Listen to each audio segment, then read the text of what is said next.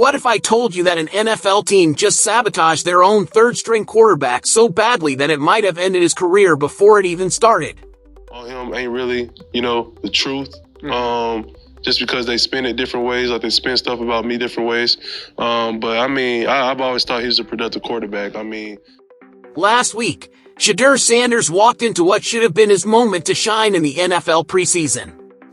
Instead, he got thrown into a situation so unfair, so stacked against him, that even retired NFL quarterbacks are calling it out on social media. But here's the thing, while everyone's talking about the conspiracy theories and the drama, they're missing the real story. Because what happened to Shedeur wasn't just bad coaching or bad luck. It revealed a fatal flaw in his game that could make or break his entire NFL future. And by the end of this video, you'll understand exactly why this one terrible performance might actually be the wake-up call that saves his career. Every year, the final week of NFL preseason is crucial for one reason: figuring out who makes the final 53-man roster. But this year was different. This year, Week 3 became the most significant preseason week we've seen in years, and it all centered around one player, Shedeur Sanders. Coming off a promising debut against Carolina, where he looked like he belonged, Sanders entered his second professional game with momentum and expectations. Sanders there, just having the patience, letting the play develop, does a great job. What happened next was a masterclass in how quickly things can go wrong in the NFL. We're going to break down exactly what went wrong, why the Cleveland Browns' handling of this situation was questionable at best, and most importantly, what this reveals about Sanders' biggest weakness, a flaw that's been haunting him since his college days and could determine whether he has a future in this league. But first, let me tell you about the controversy that's been brewing behind the scenes. Before we dive into what happened on the field, you need to understand the explosive allegations that set the stage for this entire situation. Eric Dickerson, NFL Hall of Famer and someone with serious connections throughout the league, dropped a bombshell that sent shockwaves through the football world. According to Dickerson, NFL teams were reportedly told, not suggested, but told, not to draft Shedeur Sanders. This came from a very good source, Dickerson said. The Cleveland Browns said, "Don't do that. Don't draft him." They weren't going to draft him either. "We're going to make an example out of it." Think about that for a second. If true, this means there was an organized effort across multiple NFL franchises to blackball a quarterback before he even had a chance to prove himself at the professional level. Now, this immediately split the football world into two camps. On one side, you had people saying this was clearly retaliation against Deion Sanders and his family, that the NFL establishment was trying to put Coach Prime in his place by sabotaging his son's career. The timing seemed suspicious, the circumstances felt orchestrated, and the fact that Shedeur had better college statistics than several quarterbacks drafted ahead of him only fueled these theories. On the other side, you had analysts and fans pointing to legitimate concerns about Shedeur's pre-draft process. Reports surfaced about poor interviews, character questions, and concerns about his ability to handle adversity without his father's protection. Some argue that his fall in the draft wasn't a conspiracy, it was simply teams doing their due diligence and finding red flags. But here's where it gets really interesting. Colin Cowherd, who's never been shy about admitting when he's wrong, completely changed his tune after watching Shedeur's first preseason performance. In terms of completion percentage, touchdown to interception ratio, passing yards per game, Shedeur was better than Dylan Gabriel. Not even close, Cowherd admitted. The level of roster composition at Colorado versus Oregon, that's chess and checkers. The NFL is telling you Dylan's better, but Shedeur put up better numbers. This created a fascinating dynamic heading into the Browns' final preseason game. Here was a quarterback who had seemingly overcome the pre-draft negativity with a solid debut, earning praise from critics who had previously dismissed him. The narrative was shifting. Momentum was building. And then Cleveland put him in a position that seemed almost designed to make him fail. Whether you believe in the conspiracy theories or not, what happened next raises serious questions about how the Browns handled their quarterback evaluation. Because when you're trying to assess a young player's potential, you don't throw him to the wolves with your worst offensive line and receivers who won't even make the practice squad. Unless, of course, that's exactly what you intended to do. Now let's talk about what actually happened on the field, because the numbers tell a story that's even worse than you might think. Shedeur Sanders didn't just have a bad game. He had a historically terrible performance that ranks among the worst single-game showings by any rookie quarterback this preseason. The raw statistics are brutal. 3 completions on 6 attempts for 14 yards and 0 touchdowns, good for a 56.3 passer rating. But those numbers don't even begin to tell the full story of how catastrophic this performance really was. Here's the part that should terrify any Browns fan or Shedeur supporter. In 5 drives, Sanders was sacked 5 times. Let me repeat that. He had more sacks than completed passes. On 11 total dropbacks, he finished with negative 27 net yards. Think about that. Every time Shedeur dropped back to pass, on average, his team lost yards. To put this in perspective, let's compare it to the other quarterbacks in that same game. Joe Flacco, the veteran who started the game, completed 9 of 10 passes for 71 yards and a touchdown, a 129.6 passer rating that reminded everyone why he was named the Week 1 starter. Then Dylan Gabriel came in and completed 12 of 19 passes for 129 yards and a touchdown, posting a solid 100.5 passer rating and looking much more comfortable than he had in previous weeks. The contrast was stark and undeniable. While his teammates were moving the ball efficiently and putting points on the board, Shedeur was actively helping the opposing team. Every drive he led seemed to put the Browns in a worse position than when it started. But here's what makes this even more concerning. This wasn't against the Rams' starting defense or even their second-string unit. This was against fourth-string players, guys who were fighting just to make practice squads around the league. The film study reveals something even more troubling. On multiple occasions, Sanders had clean pockets and open receivers, but he held the ball too long, trying to create something that wasn't there. His internal clock seemed completely off, and his decision-making under pressure regressed dramatically from his promising debut against Carolina. What's particularly damaging is how this performance completely erased the positive momentum he had built. 2 weeks earlier, against the Panthers, Sanders looked poised, accurate, and ready for the NFL stage. He made quick decisions, got the ball out on time, and showed the arm talent that made him a highly recruited prospect. That version of Shedeur Sanders looked like he belonged in an NFL uniform. But the player we saw against the Rams looked overwhelmed, indecisive, and frankly, unprepared for the speed and physicality of professional football. The question everyone's asking now is, which version is the real Shedeur Sanders? Was Carolina a fluke, or was this Rams game the aberration?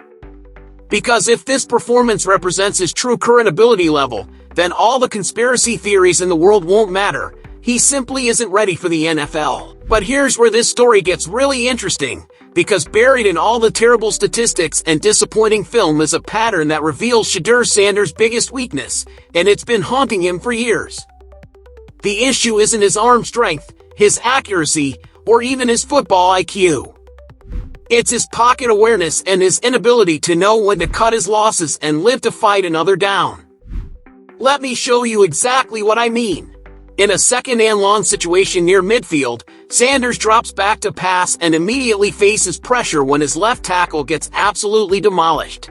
To his credit, he successfully evades the initial sack attempt, showing the athleticism and mobility that made him special in college.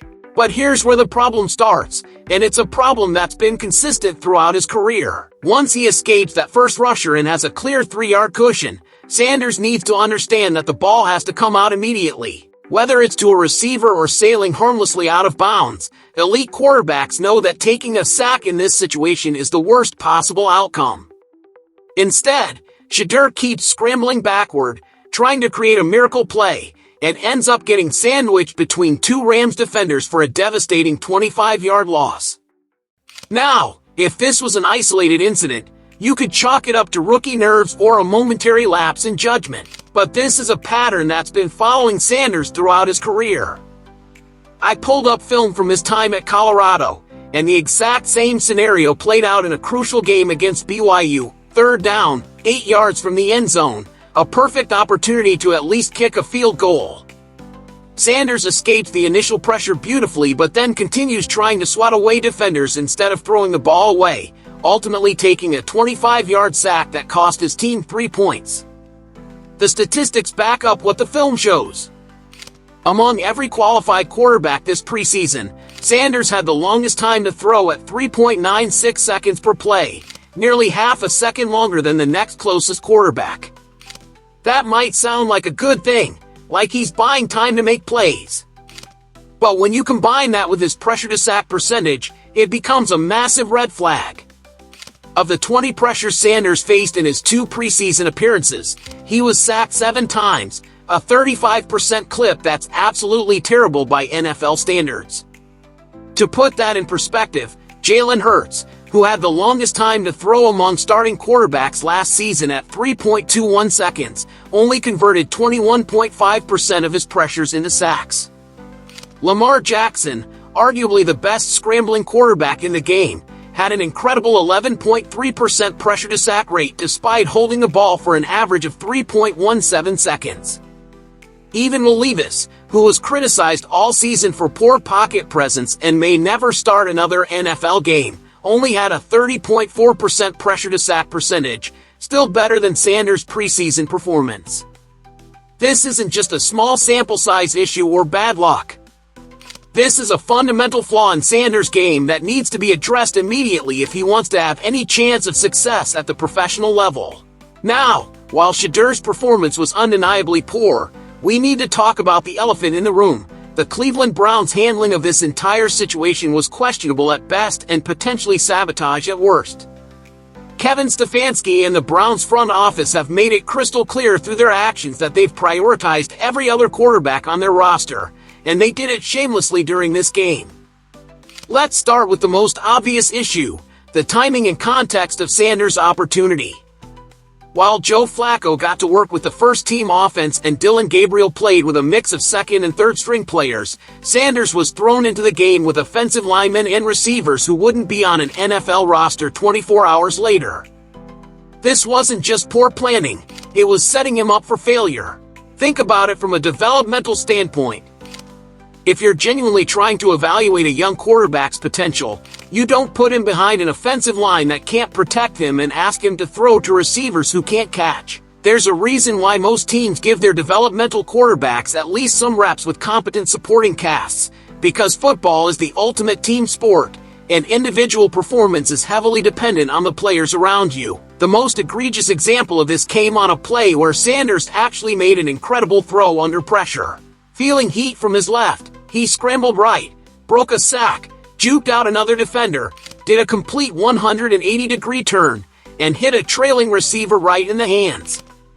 It was the kind of play that would have been all over highlight reels if the receiver had simply done his job and caught the ball. Instead, the pass hit the receiver in the hands and was dropped, making Sanders look bad despite making a genuinely impressive play. But perhaps the most telling moment came at the end of the game.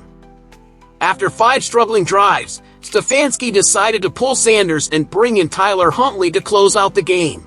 On the surface, this seems like normal coaching. If a player isn't performing, you make a change. But here's the kicker. Huntley was cut the very next day. The coaching staff knew he wasn't making the roster, knew he had no future with the team, and yet they chose to give him meaningful reps instead of allowing Sanders to work through his struggles and potentially end on a positive note. Derek Carr, the recently retired quarterback, perfectly captured the absurdity of this decision on social media. I need to understand why we don't get to see Shedeur Sanders run this 2-minute drill. Wouldn't you want to see your young quarterback operate in this situation? Get him more reps for the future. When fans explained the situation to Carr, he made an even better point. This is potentially his final time getting reps all year. That's the crux of the issue. Whether Sanders played well or poorly, this was likely his last chance to get meaningful game experience before the regular season. Instead of using it as a learning opportunity, the Browns used it as an opportunity to showcase a player they were about to cut anyway. So where does this leave Shedeur Sanders, and what does this disastrous performance mean for his NFL future? The answer is more complicated than you might think, because while this game exposed serious flaws in his game, It also revealed that he still possesses the raw talent that made him a coveted prospect in the first place. Let's start with the positives, because despite the terrible statistics, there were glimpses of why Sanders was considered a legitimate NFL prospect. His arm talent is undeniable. When he had time and clean pockets, his throws were accurate and had good velocity. The play I mentioned earlier, where he escaped pressure and made a perfect throw to a receiver who dropped it, showed the kind of improvisation and playmaking ability that can't be taught. More importantly, Sanders' response to adversity in this game was actually encouraging. After taking multiple sacks and facing constant pressure, he didn't shut down mentally or start making panic decisions. He continued trying to make plays, continued fighting through the chaos, and showed the kind of competitive spirit that NFL coaches value. That mental toughness will serve him well as he works to address the technical issues in his game. But let's be honest about the challenges ahead. The pocket awareness issues we identified aren't just minor tweaks, they're fundamental problems that require significant work to correct. Sanders needs to develop a better internal clock, learn when to cut his losses, and understand that sometimes the best play is no play at all.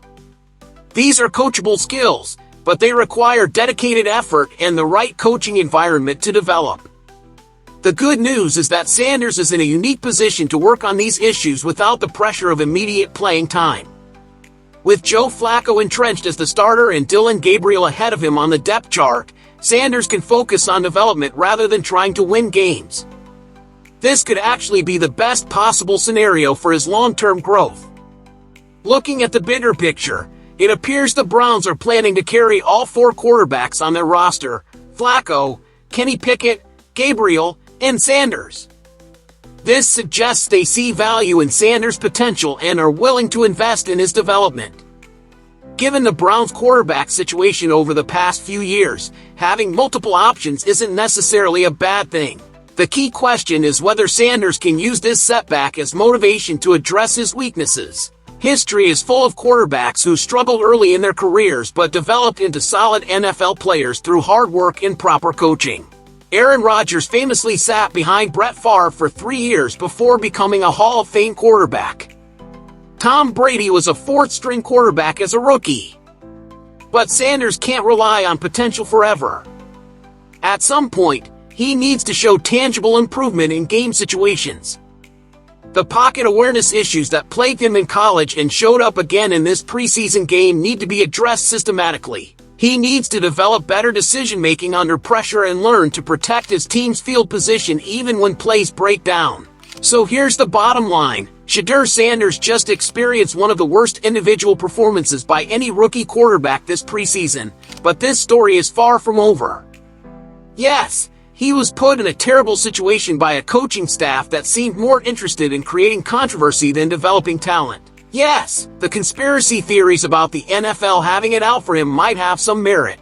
But at the end of the day, none of that matters if Sanders can't fix the fundamental flaw that's been haunting him since college. The pocket awareness issues we've identified aren't just statistics on a page. They're career-threatening problems that need immediate attention. But here's what gives me hope. Sanders has shown he has the arm talent, the competitive spirit, and the mental toughness to succeed at this level. The question is whether he'll use this humbling experience as a wake-up call or let it define his career. What we witnessed wasn't just a bad game, it was a crossroads moment.